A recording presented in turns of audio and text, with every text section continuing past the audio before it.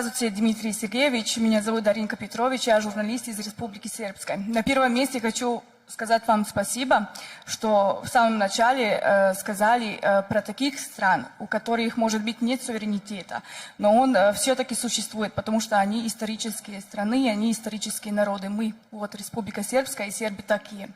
Мой вопрос касается следующего. Мы все очень хорошо знаем, как было в прошлом, как функционировал механизм, например, с времен Холодной войны. У всех был страх, у всех блоков был страх от ядерной войны. Но что сейчас случается, это новые изменения. В наших там с вами западных партнеров много того другое. Нет, например, умер Киссинджер, который там построил западную дипломатию. А думаете ли вы, люди, которые сейчас сидят в Вашингтоне, они боятся новой ядерной войны? И как вообще разговаривать с ними? Спасибо. Первое, Даринка, я очень рад вас видеть. И действительно, сербы, наши братья и сестры, сербы – это героический народ. Героический. Вот кому надо аплодировать. Особенно сербы, которые живут в Республике Сербской. Они называются, действительно, у них нет суверенитета, они называются энтитет. Но это не значит, что они не народ. Они народ, который все должны уважать. А главное, что все должны выполнять те международные договоры, которые были, и договоренности, которые были заключены. Совсем недавно наш президент Путин встречался с господином Додиком, и у них была очень хорошая беседа.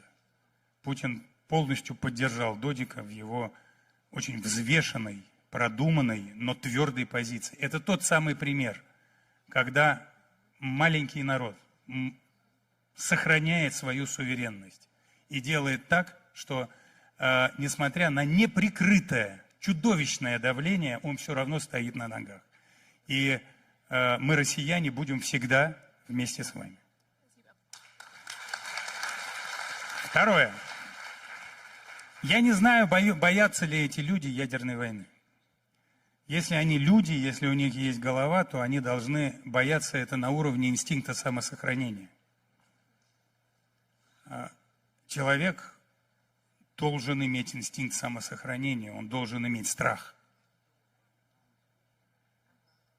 Ядерная война – это последнее средство, прощальное средство.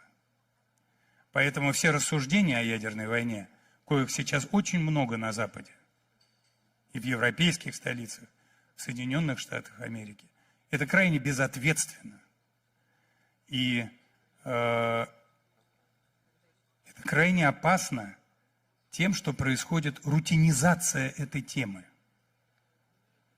Это очень опасно. Мне очень жаль, что больше нет доктора Киссинджера. Если бы такие люди, как Киссинджер, сейчас имели бы влияние на власть, или были бы во власти в Северной Америке, в европейских столицах, все было бы по-другому. Было бы больше разума, было бы больше политической воли к диалогу.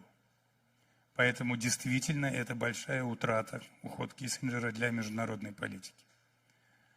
Ну а что касается нас, то все, что касается ядерного оружия, изложено у нас в соответствующей доктрине. И опять же, если уйти от юридического языка, там это именно трактуется как прощальное оружие. Если что-то будет угрожать нашему существованию, нашей страны, вот тогда ядерное оружие. Помимо этого, никак невозможно говорить об этом безответственно. И вот я в этом убежден. Спасибо вам большое.